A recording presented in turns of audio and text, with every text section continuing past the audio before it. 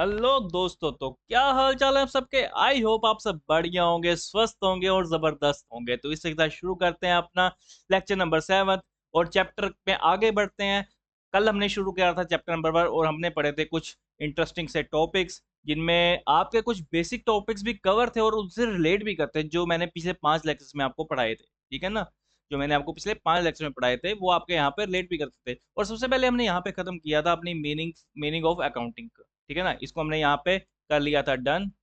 उसके बाद हमारा यहाँ पे आता है अकाउंटिंग सोर्स इंफॉर्मेशन की, अकाउंटिंग की इंफॉर्मेशन का सोर्स क्या है, उसको भी हमने कल क्लास में कर लिया था डन। अब हम आगे बढ़ेंगे अपने अगले की तरफ कि इसके ऑब्जेक्टिव्स क्या है, कि इसका उद्देश्य क्या है, उसका रोल क्या है, कि वो किस तरह से अपने आप को प्ले करता है, किस तरह से अपने आप को दर्शाता है कि मैं इसी तरीके से चलूंगा, इसके रूल्स और रेगुलेशंस क्या है। उसके बाद इसके जो बेसिक टर्म्स जो आपने पहले सीख रखी हैं, मेरे पिछले लेक्चर्स में जो आपने सीख रखी हैं, वही हम यहाँ पे थोड़ा सा दोबारा से देखने वाले हैं। तो आपके लिए ये आज की क्लास तो और भी आसान होने वाली है, क्योंकि मैं आपको बहुत सारी चीजें पहले ही पढ़ा चुका हूँ। चलिए शुरू करते हैं अपनी आज की class.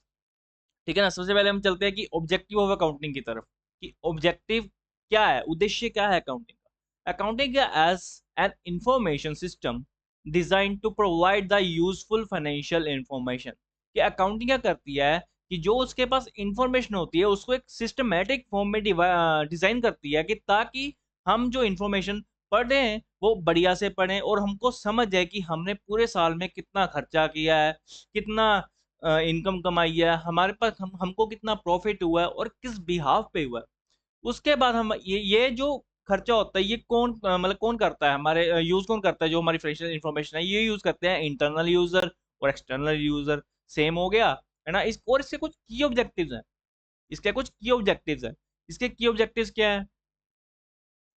Maintain the record for business transaction, कि जो भी हमारी किसी भी तरह की बिजनेस ट्रांजेक्शन है, जैसे कि हमारी सेल हो गई, उसके बाद हमारी परचेज हो गई, उसके बाद हमारा जो हमने किसी को बैंक से पैसे ट्रांसफर कर रहे हैं, उसके बाद हमने किसी से कैश में डीलिंग करी है, या हमने किसी से कुछ लेन देन करा है, कुछ खर्चे कर रहे हैं, एक्सपेंसेस कर रहे हैं, उसके बाद हमने किसी से कोई इनकम ली है अदर देन सेल। और ये जितने तरह के भी हमारे एक्सपेंसेस होंगे ये सारे के सारे क्या होंगी, बिजनेस ट्रांजेक्शन। ये सारी की सारी क्या होंगी, बिजनेस ट्रांजेक्शन। और हम इसको रिकॉर्ड कहाँ पे करेंगे, रिकॉर्ड करेंगे इन द अकाउंटिंग सिस्टम। उसको हम एक पर्टिकुलर फॉर्मेट में डिजाइन करेंगे, जिसको हम कहते हैं फाइनेंशियल स्टेटमेंट्स। जिसको हम क्या कहते हैं, जिसको हम कहते हैं फाइनेंशियल स्टेटमेंट्स और बैलेंस शीट। जिसको हम क्या कहते हैं, फाइनेंशियल स्टेटमेंट्स और बैलेंस शीट। उसके बाद हम इसमें इसमें और कौन से हमारे की पॉइंट्स आते हैं। सेकंड की पॉइंट आता है इसका, calculate the profit and loss account, कि हमारा पूरे साल में कितना प्रॉफिट हो रहा है और कितना लॉस हो रहा है, वो हम यहाँ पे कैलकुलेट करते हैं। उसके बाद इसका विवरण देते हैं, फाइनेंशियल पोजीशन का विवरण करते हैं, कि हमने पूरे साल में क्या कमाया उसको देखेंगे, समझेंगे एक पर्टिकुलर फॉर्मेट के दौरान, जिसको हम कहते हैं बैलेंस शीट और फाइनेंशियल स्टेटमेंट। ठीक है ना। इसकी फाइनेंशियल पोजीशन को समझेंगे। Providing accounting information to the user, उसके बाद हम इसको अकाउंटिंग की जो इन्फॉर्मेशन होगी उसको हम अपने यूजर्स को प्रोवाइड कर देंगे। उसके बाद हम इसको अपने यूजर्स को प्रोवाइड कर देंगे, कि ताकि वो अपने आगे के प्लानिंग के लिए इसमें हमारी हेल्प कर सकें, आगे के प्लानिंग के लिए हमारी हेल्प कर सकेंगे। ठीक है। उसके बाद हमारा जो आज का अगला टॉपिक है वो है maintenance of record of business transaction. Maintenance of record of business transaction, systematic recording is all the financial transaction. कि जो भी हमारी इंफॉर्मेशन होती है, फाइनेंशियल इंफॉर्मेशन होती है, उसको हम रिकॉर्ड करते हैं इन द सिस्टमैटिक वे। जैसे कि मैंने आपको पिछली स्लाइड में बताया था, परचेज होती है, सेल होती है, पेमेंट्स होती हैं, रिसिप्ट्स होती हैं, बैंक से हो चाहे कैश हो, चाहे किसी भी वे में हो, चाहे हमने सर्विसेज के बदले सर्विसेज ली हैं या गुड्स के बदले गुड्स लिए हैं या सर्विसेज के बदले गुड्स दी हैं, तो किसी भी तरह की ट्रांजेक्शन हो उसको हम रिकॉर्ड करते हैं इन द सिस्टमैटिक मैनर्स, ताकि हम अपने रिकॉर्ड्स को अच्छे से पढ़ सकें। Helps overcome to the limitation of human memory, कि अब एक बंदा कितने टाइम तक एक चीज को याद रख सकता है, कि उसने कब किसको पैसे दिए थे या कब किससे पैसे लिए थे, वो याद तो नहीं रख सकता है ना। तो इसलिए ये ओवरकम करता है, ये घटाता है, कि ह्यूमन जो नहीं कर सकता वो कंप्यूटर करता है। क्योंकि हम आजकल अपनी सारी की सारी एंट्री, सारी की सारी लेजर्स और सारी की सारी जर्नल्स इन द लेजर तैयार करते हैं, इन द सिस्टम तैयार करते हैं, कंप्यूटर में तैयार करते हैं। ताकि हमारे पास बहुत सारे आजकल सॉफ्टवेयर आ चुके हैं, जैसे कि टेली आपने सुना होगा, और एवरशाइन, बीजी, मतलब बहुत सारे सॉफ्टवेयर हैं, बहुत सारे सॉफ्टवेयर हैं अकाउंटिंग के लिए। ठीक है ना। उसके बाद serve as verifiable evidence, verifiable evidence कि हमारे पास जो भी एविडेंस है एंट्रीज को रिकॉर्ड करने के लिए, एंट्रीज को समझने के लिए और एंट्री को एंटर करने के लिए वो वेरीफाइबल होना चाहिए। कि जैसे मैंने किसी से कुछ सामान खरीदा, जैसे कि मैंने सपोज कीजिए कि किसी से कपड़े खरीदे तो कपड़े का मेरे पास बिल होना चाहिए। कपड़े के बाद मेरे पास बिल होना चाहिए कि सर मैंने ये जो चीज खरीदी है ना, वो कपड़ा खरीदा है, मेरे पास ये इसका बिल है। आई हैव एन एविडेंस कि मैंने जो भी डीलिंग करी है अपने बिजनेस के लिए, उसके पास मेरे पास उसका एक वेरीफाइएबल एविडेंस होना चाहिए। वेरीफाइएबल एविडेंस होना चाहिए कि ताकि हम उसको कभी भी वेरीफाई कर सके, ठीक है ना। For all the business dealings, हम किसी भी तरह की कोई भी बिजनेस डीलिंग कर रहे हैं, किसी भी तरह की कोई भी बिजनेस डीलिंग कर रहे हैं, तो उसका हमारे पास क्या होना चाहिए, वैलिड एविडेंस। और हमें हमारे यहाँ पे ये भी 3 पॉइंट कवर हो चुके हैं। और हम आगे बढ़ते हैं अगले टॉपिक की तरफ। अगले टॉपिक में हम देखेंगे कि calculation of profit and loss, की जो मैंने यहाँ पे आपको सिंगल सिंगल बताया था, जो कि मैंने आपको यहाँ पे सिंगल सिंगल बताया था, अभी मैं आपको वही यहाँ पे एक्सप्लेन कर रहा हूँ, क्योंकि मैं आपके लिए कुछ भी चीज यहाँ पे छोड़ना नहीं चाहता कि आपको कहीं भी किसी दूसरे प्लेटफॉर्म पे जाना पड़े, ऐसा नहीं चाहता। तो चलिए शुरू करते हैं, ठीक है ना, अगले टॉपिक को। इसमें हमारा टॉपिक है calculation of profit and loss. Determine the net result of the business operations, कि हमारा ओवर द पीरियड, कि हमारा एक पीरियड के दौरान जो अकाउंटिंग पीरियड होता है हमारा, जो हमारा फाइनेंशियल ईयर होता है, उसके दौरान हमारी जो भी प्रॉफिट इनकम होती है, या जो भी हमारा रेवेन्यू होता है, या जो भी हमारे एक्सपेंसेस और खर्चे होते हैं, जो भी हमारे एक्सपेंसेस और खर्चे होते हैं, उनको हम रिकॉर्ड करते हैं in the profit and loss account. और help assess the whether of business running at the profit और एट द लॉस, ठीक है ना, कि हमारा प्रॉफिट हो रहा है या लॉस हो रहा है, उसको हम यहाँ पे at the running time of business है, यहाँ पे हम इसको देख सकते हैं। और इसका फॉर्मूला क्या है सर, इसका फॉर्मूला ये है, profit is equal to revenue minus expenses. Revenue का मतलब होता है, रेवेन्यू होती है हमारी इनकम। बेसिकली रेवेन्यू का मतलब क्या होता है, इसका मतलब होता है इनकम। इसका मतलब क्या होता है, इनकम। इसका मतलब क्या होता है, इनकम, ठीक है ना। तो एक्सपेंसेस का मतलब होता है खर्चा, खर्चा हमारे जो एक्सपेंडिचर्स होते हैं, ठीक है। तो हम आगे बढ़ेंगे। आगे बढ़ने के बाद हमारे पास एक डेफिसिट ऑफ फाइनेंशियल पोजीशन, कि इसके जो विवरण हम कैसे करते हैं। Ascertain the financial standing of the business, कि हमारी जो फाइनेंशियल स्टैंडिंग है वो कैसी है, कि वो कैसी है। True ascertain the financial standing of business. उसके बाद done through the presentation preparation of the balance sheet, कि हम इसको प्रिपेयर कैसे करते हैं, ठीक है ना। हम इसको कैसे प्रिपेयर करते हैं, एक साइड पे हमारी लाइबिलिटी साइड होती है, एक साइड पे हमारी एसेट साइड, लाइबिलिटी साइड होती है हमारी क्रेडिट साइड। लाइबिलिटी साइड कौन साइड होती है, हमारी क्रेडिट साइड। और जो एसेट साइड है वो हमारी होती है डेबिट साइड। डेबिट साइड कौन सी हमारी साइड होती है, डेबिट साइड। और liability side asset side, sorry credit side, ठीक है ना।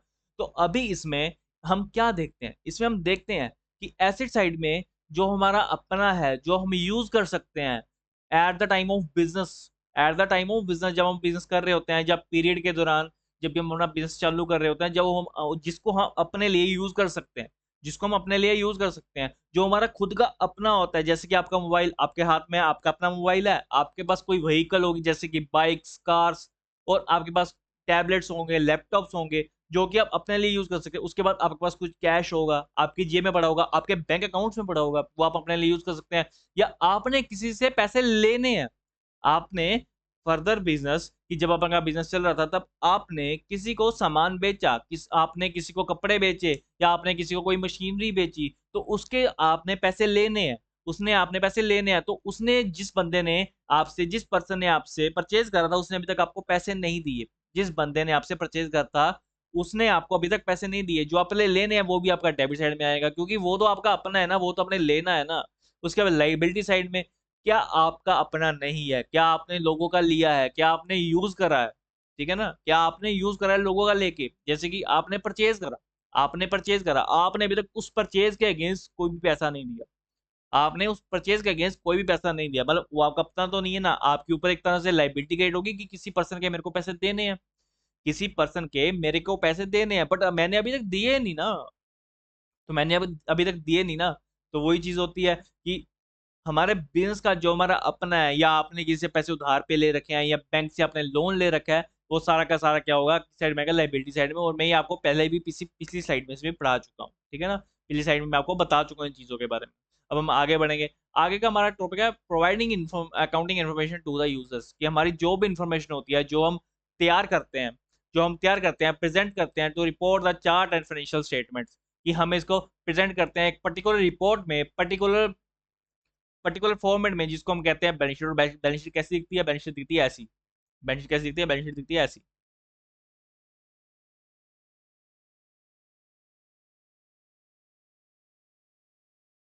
ये होगी हमारी लाइबिलिटी, और ये होगा हमारा अमाउंट का कॉलम, ये हो गया हमारी एसेट साइड, ये हो गया हमारी रूपी का कॉलम, अमाउंट का कॉलम, ठीक है ना। और ये हमारी होगी बैलेंस शीट और फाइनेंशियल स्टेटमेंट, ठीक है ना। तो हम इसको इस तरह से देखेंगे। उसके बाद हमारी जो financial information design to the making to major groups, कि हम इसको एक टू मेजर ग्रुप्स में डाल देंगे। टू मेजर ग्रुप्स कौन से होते हैं? हमारे टू मेजर ग्रुप होते हैं इंटरनल यूजर और एक्सटर्नल यूजर। इंटरनल यूजर और एक्सटर्नल यूजर। इंटरनल यूजर में कौन आता है? इंटरनल यूजर में आती है हमारी मैनेजमेंट, हमारी मैनेजमेंट। और ये इसको हेल्प कैसे करती है? जो हमारी फाइनेंशियल स्टेटमेंट है उसको हेल्प कैसे करती है? प्लानिंग करने में, कि किसी भी तरह की कोई भी प्लानिंग होती है उसमें ये हेल्प करती है। उसके बाद हेल्प किस में करते हैं? डिसीजन मेकिंग में, कि प्लानिंग करो उसके बाद उस पर डिसीजन लो कि ये वाली प्लानिंग बेटर है या ये वाली प्लानिंग बेटर है बिजनेस को रन करने के लिए। उसके बाद हमारा जो कॉस्ट कंट्रोल एंड एनालिसिस, कि हमारा किस प्रोडक्ट को बनाने में कितना खर्च आ रहा है। कि जैसे मैंने एक मशीनरी बनाई, मतलब मैंने एक मशीनरी बनाई, मशीनरी का नाम वॉशिंग मशीन, वॉशिंग मशीन बनाई मैंने यहाँ पे, ठीक है ना। और यहाँ पे मैंने कुछ इसके बटन भी लगा दिए, ठीक है ना, आपके लिए। तो ये वॉशिंग मशीन है, वॉशिंग मशीन। और इसको मैंने बनाने के लिए मेरी कितनी कॉस्ट आई थी? 25,000 की। मेरी कॉस्ट कितनी आई थी? 25,000 की। और मैंने ये सेल आउट कितने की करनी है? सेल आउट कितनी करनी है? 35,000 की, ठीक है ना। मेरी को कॉस्ट कितनी आएगी? 25,000 की। और मैंने सेल कितनी करनी है? सेल। और ये हमारी कॉस्ट आई बनाने में, सेल कितनी करनी है? 35,000, मतलब 35,000 की। तो ये जो हमारी कॉस्ट करती है, ये हमारे डिसीजन लेने में हेल्प करती है कि हम इसका कैसे प्राइस सेटल कर सकते हैं, कॉस्ट कंट्रोल कर सकते हैं। उसके बाद एनालिसिस, कि हमारा प्रॉफिट हो रहा है, फिर से वही पॉइंट आ गया, प्रॉफिट हो रहा है या लॉस हो रहा है, प्रॉफिट हो रहा है या लॉस हो रहा है, ठीक है ना। ये हमारी इसमें हेल्प करती है कि हमारा प्रॉफिट हो रहा है या लॉस हो रहा है, ठीक है ना। और हम आगे बढ़ते हैं। आगे हमारे पास जो आ रहा है, आगे आ रहा है हमारा एक्सटर्नल यूजर है, कि एक्सटर्नल यूजर हमारे कौन कौन से होते हैं? एक्सटर्नल यूजर हमारे कौन कौन से होते हैं? Relay on the financial statement, की हमारी जो फाइनेंशियल स्टेटमेंट है हमने प्रिपेयर करी है, उस पे भरोसा, उस पे भरोसा कौन कौन करता है? कौन कौन उस पर रिलाय करता है? कौन कौन उस पर भरोसा करता है? लाइक बैलेंस शीट की, हमारी जो बैलेंस शीट है उस पर कौन भरोसा करता है? हमारा पी एंड एल अकाउंट है उस पर कौन भरोसा करता है? हमारा यहाँ पे आ गया ट्रेडिंग अकाउंट। उसके बाद हमारा यहाँ पे आ गया ऑडिट रिपोर्ट। ऑडिट रिपोर्ट में के बारे में मैं आपको थोड़ा सा बाद में बताऊंगा, क्योंकि ये बहुत ही इंटरेस्टिंग टॉपिक है। इसके जो पॉइंट्स हैं, इसके पॉइंट्स ही 44 पॉइंट्स हैं, इसके पॉइंट्स ही 44 पॉइंट्स है। ये एक तरह की रिपोर्ट होती है जो कि हम इनकम टैक्स को सबमिट करते हैं जब हम इसकी रिटर्न फाइल करते हैं, किसी भी कंपनी की या किसी भी फर्म की या किसी भी तरह की फाइनेंशियल इंस्टीट्यूशन की या बैंक्स की, किसी भी तरह की कंपनी की हम रिटर्न फाइल करते हैं, तो हम इसको भी सबमिट करते हैं, ऑडिट रिपोर्ट, ठीक है ना। Due to the limited access, कि इनके पास एक्सेस तो होता है बट वो लिमिटेड एक्सेस होता है, क्योंकि हम इनको सिर्फ ऊपर ऊपर से जानकारी देते हैं, बिल्कुल अंदर की जानकारी नहीं देते। क्योंकि इंटरनल यूजर को हम बिल्कुल अंदर की जानकारी देते हैं, क्योंकि उनके पास ऑल डाटा का एक्सेस होता है, कि वो किसी भी अकाउंटिंग की एंट्री को ट्रेस कर सकते हैं, देख सकते हैं। बट इनके पास एक्सेस कम होता है। इसमें इंक्लूड कौन कौन से पर्सन होते हैं? इनमें इंक्लूड होते हैं इन्वेस्टर्स, कि हमारी कंपनी ने जिन्होंने अपने पैसे इन्वेस्ट कर रहे हैं, एसेस ऑल द रिस्क और रिटर्न्स, कि वो हमारी बैलेंस शीट देखते हैं, बैलेंस शीट देखते हैं, हमारी पी एंड एल अकाउंट देखते हैं कि इनको लास्ट ईयर में कितना प्रॉफिट हो रहा है, लॉस हो रहा है हमारा। अगर इसमें हम पैसे इन्वेस्ट करते हैं तो हमारा रिस्क कितना आएगा, अगर हम इसमें पैसे इन्वेस्ट करते हैं तो हमारा यहाँ पे रिटर्न कितना आएगा, हमारा यहाँ पे रिटर्न कितना आएगा। तो उसके हिसाब से देख के ये हमारी कंपनी में पैसे इन्वेस्ट करते हैं, जिसको कहते हैं इन्वेस्टर्स। ये भी एक तरह के हमारे फाइनेंशियल यूजर्स होते हैं, बट एक्सटर्नल यूजर है। फाइनेंशियल स्टेटमेंट के यूजर तो हैं बट एक्सटर्नल यूजर। उसके बाद हमारे एम्प्लॉयज और यूनियंस एग्जामिन प्रॉफिटेबिलिटी और जॉब स्टेबिलिटी, कि ये एम्प्लॉय हमारे जो फाइनेंशियल स्टेटमेंट है इसलिए देखते हैं कि ताकि उनको लगे कि भाई हमारी जॉब जो है, जिस जगह पे हम जॉब कर रहे हैं, जिस जगह पे हम काम कर रहे हैं, जिस जगह से हम पैसे कमा रहे हैं, जिस जगह से हम पैसे कमा के खा रहे हैं, तो हमारी जॉब की स्टेबिलिटी है या नहीं, वो कंपनी प्रॉफिट में है या नहीं, वो कंपनी प्रॉफिट में है या नहीं। वो कंपनी प्रॉफिट में है या नहीं। उसके बाद लैंडर्स और फाइनेंशियल इंस्टीट्यूशन। लेंडर कौन से होते हैं? लेंडर कौन होते हैं? लेंडर होते हैं बैंक्स। लेंडर कौन होते हैं? बैंक्स। कि जो यूजर्स जो यूजर्स हमें लोन देते हैं, हमारी क्रेडिट वर्थिनेस चेक करते हैं कि अगर हमें किसी बैंक ने लोन दिया तो हम उसका लोन चुका पाएंगे कि नहीं चुका पाएंगे, हम उसकी रीपेमेंट कर पाएंगे लोन की या नहीं कर पाएंगे। इसीलिए बैंक्स को फाइनेंशियल स्टेटमेंट्स की नीड होती है। इसलिए बैंक को फाइनेंशियल स्टेटमेंट्स की नीड होती है कि ताकि वो हमारी क्रेडिट वर्थिनेस चेक कर पाए कि हम कैपेबल हैं उनका लोन रीपेमेंट करने के लिए या नहीं, उनका लोन रीपेमेंट करने के लिए या नहीं। उसके बाद सप्लायर्स और क्रेडिटर्स। कि सप्लायर्स को क्यों नीड होती है? कि वो एबिलिटी चेक करते हैं हमारी की रीपेमेंट की, कि हमने अगर उनसे कोई भी सामान खरीदा है तो हम उसकी फ्यूचर में पेमेंट करेंगे या नहीं करेंगे, उनको फ्यूचर में पेमेंट करेंगे या नहीं करेंगे। उसके लिए उनको भी एबिलिटी चाहिए चाहिए होती है कि वो हमें उधार पे यानी कि क्रेडिट में सब माल दें, सामान दें या गुड्स दें या ना दें, सर्विसेज दें या ना दें। उसके बाद कस्टमर्स।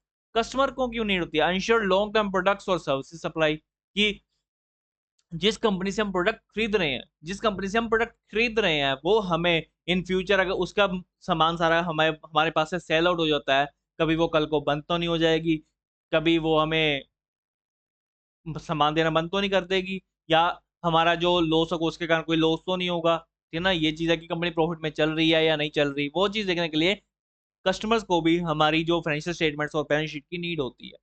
ठीक है ना। उसके बाद गवर्नमेंट एंड रेगुलेटर्स। कि जब भी हम रिटर्न फाइल करते हैं, जब भी हम रिटर्न फाइल करते हैं तो हमारी जो बैलेंस शीट है और जो हमारी टैक्स ऑडिट रिपोर्ट है, P and I account and trading account, ये सारे के सारे जो भी हमारी रिपोर्ट्स या अकाउंट्स होते हैं, ये सारे सारे अपलोड किए जाते हैं गवर्नमेंट पोर्टल के ऊपर जिसका नाम है income tax portal. Income tax portal. Income tax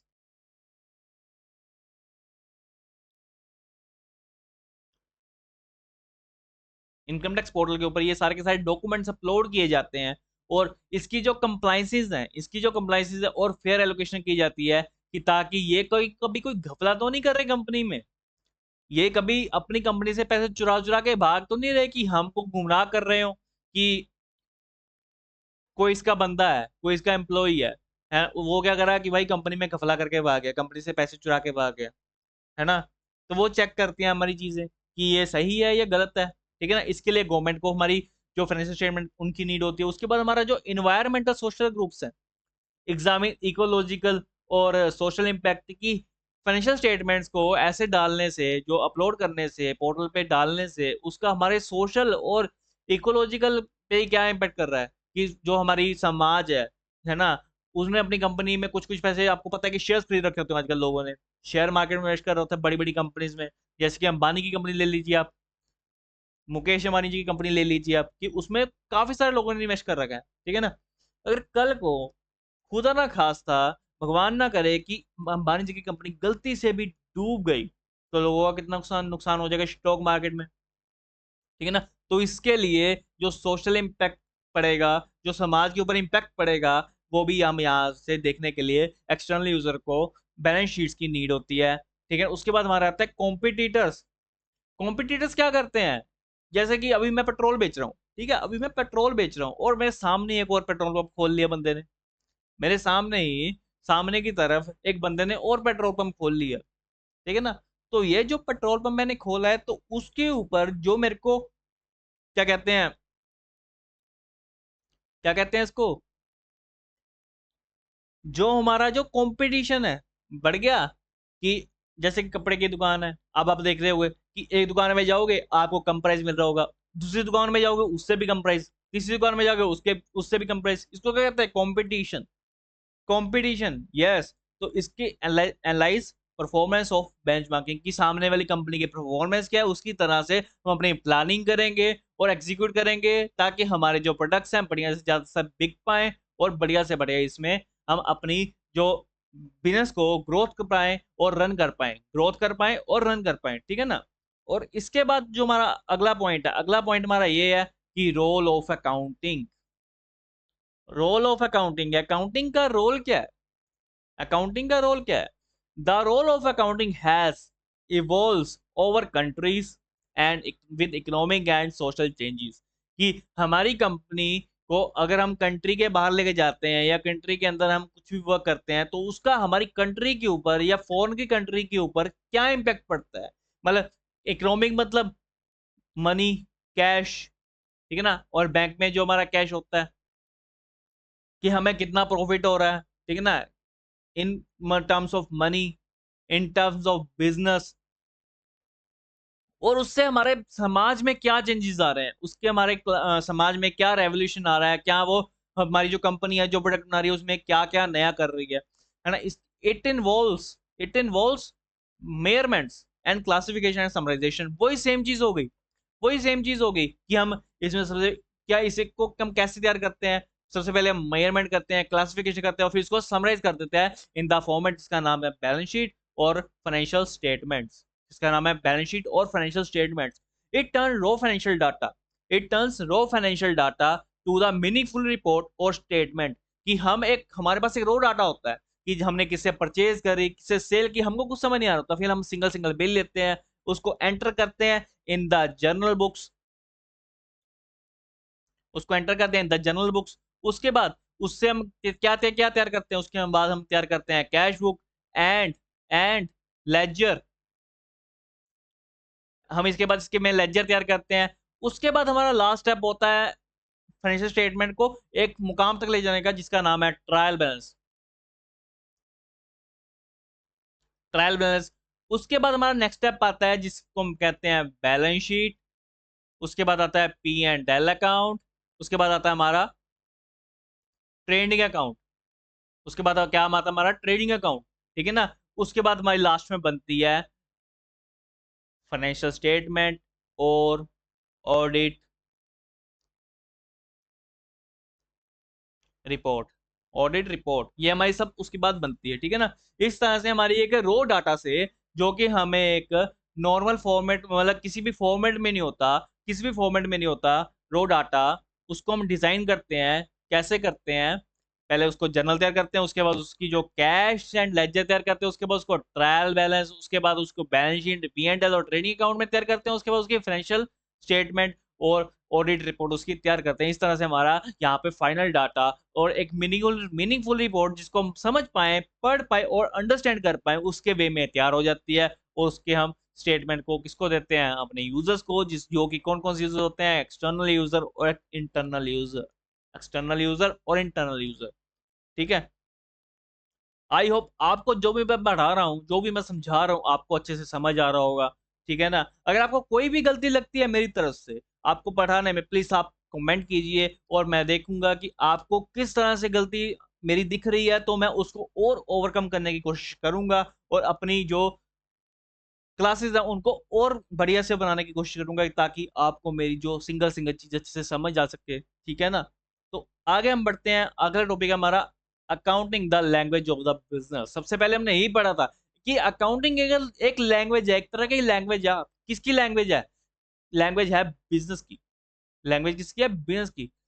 accounting communicates financial performance and position of the business. की अकाउंटिंग की कम्युनिकेट कैसे करती है, वो हमें परफॉर्मेंस दिखाती है और पोजीशन दिखाती है कि हमें बिजनेस में प्रॉफिट हो रहा है या लॉस हो रहा है। वही सेम चीज यहाँ पे बारी बारी रिपीट चल रही है हमारी। हमें कुछ भी नया नहीं पढ़ रहे हैं, जो हम पहले पढ़ चुके हैं वही हम दोबारा से यहाँ पे रीड आउट कर रहे हैं और पढ़ रहे हैं। और मैं नहीं चाहता कि आपको मैं यही चीजें बारे में बताऊं, इसलिए मैं आपको यहाँ पे बहुत ही शॉर्ट में बता रहा हूँ, ठीक है ना। आप अंडरस्टैंड कर पा रहे होंगे मेरी बात को। और इट्स हेल्प इंटरनल और external stakeholders to decision making. वही सेम चीज वहां पे दोबारा दोबारा आ रही है। और बुक में भी इन्होंने ऐसे ही लिख रखा है, बुक में भी इन्होंने ऐसे उलझा उलझा के लिख रखा है। तभी इसलिए मैंने आपके लिए बहुत ही सिंपल और सोबर आपके लिए यहाँ पे ये मैंने जो नोट्स तैयार करे हैं वो आपके लिए बहुत ही हेल्पफुल होंगे आपके एग्जाम्स के लिए। तो आप ये मैं मेरी ये है कि आप इसको अच्छे से पढ़ के जाएं कि ताकि आपको किसी भी तरह की दिक्कत ना आए आपके एग्जाम में, ठीक है। उसके बाद सर्विस एक्टिविटी, ये इसकी सर्विस एक्टिविटी कौन सी होती है? इसकी सर्विस एक्टिविटी है प्रोवाइड क्वांटिटेटिव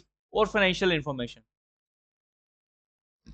इसकी जो इन्फॉर्मेशन होती है वो तो एक तो क्वांटिटेटिव हो और क्वालिटी भी हो और क्वालिटी में भी हो, ताकि हम इसको अच्छे से समझ पाए कि इसकी इसके में प्रॉफिट हो रहा है या लॉस हो रहा है। इसकी बिल्कुल हमें इसको बिल्कुल एक्यूरेट रखना चाहिए। हमें इसको बिल्कुल एक्यूरेट रखना चाहिए। और इसका जो spot analysis to the planning across various users groups, कि हमारा जो यहाँ पे प्लान करते हैं वो कैसे करते हैं ये अक्रॉस वेरियस यूजर ग्रुप्स कि हम इसको यूजर्स को प्रोवाइड करते हैं, वो इसको एनालिसिस करते हैं और प्लानिंग करते हैं आगे बढ़ने के लिए, अपने इन्वेस्ट करने के लिए, या अपनी जॉब स्टेबिलिटी के लिए, या अपने किसी से हमने लोन लेना है उसके लिए ये हमारी हेल्प करते हैं।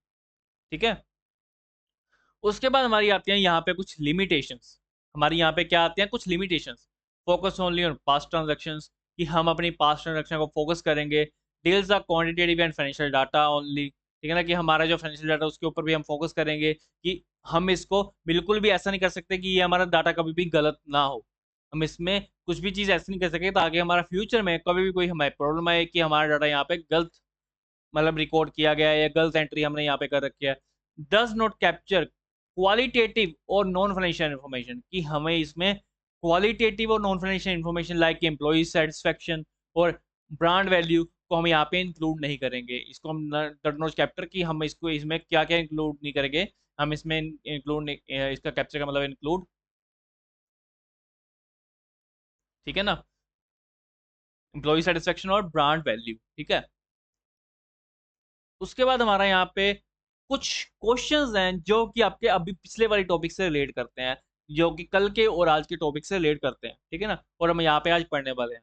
यहाँ पे हमारा फर्स्ट क्वेश्चन है, यहाँ पे हमारा फर्स्ट क्वेश्चन है, विच of the following not a business transaction, कि कौन सी ऐसी चीज है जो कि हमारे बिजनेस से रिलेट नहीं करती। ठीक है ना, सबसे पहले हम इसके पॉइंट्स पढ़ेंगे। About furniture of 10,000 rupees for business, कि ये हमारी डायरेक्टली इसने कह दिया कि हमारी ये बिजनेस से, कि ये हमारी बिजनेस से डील करती है। इसने कह दिया ना कि ये हमारी सीधे से बिजनेस से डील करती है। उसके बाद हमारा नेक्स्ट कौन सा है, pay to the salary to employees. Employees कहाँ पे होते हैं, हमारे बिजनेस में, हमारी कंपनीज में, और ये भी हमारा एक से रेट करती है, ये रेट करती है बिजनेस से, ठीक है ना। उसके बाद हमारा आता है paid some fee for her personal bank account. Personal bank account, personal bank account, तो ये क्या होगा, हमारा ऑप्शन में कौन सा सही हो गया, सी, कि हमारा जो रिलेट क्या करता है, रिलेट करता है पर्सनल से, नॉट बिजनेस, कि नॉट बिजनेस जो कि हमारे बिजनेस से बिल्कुल रिलेट नहीं करती, जो कि हमारे पर्सनल यूज के लिए काम आ रही है। ठीक है ना, हम लास्ट वाले पढ़ लेते हैं। लास्ट वाला, paid some fees for business, कि हमने अपने जो मेरा सन है, मेरा बेटा है, मैंने उसकी फीस पे करी है फ्रॉम बिजनेस, की बिजनेस से पैसे लेके उसकी फीस पे कर दी।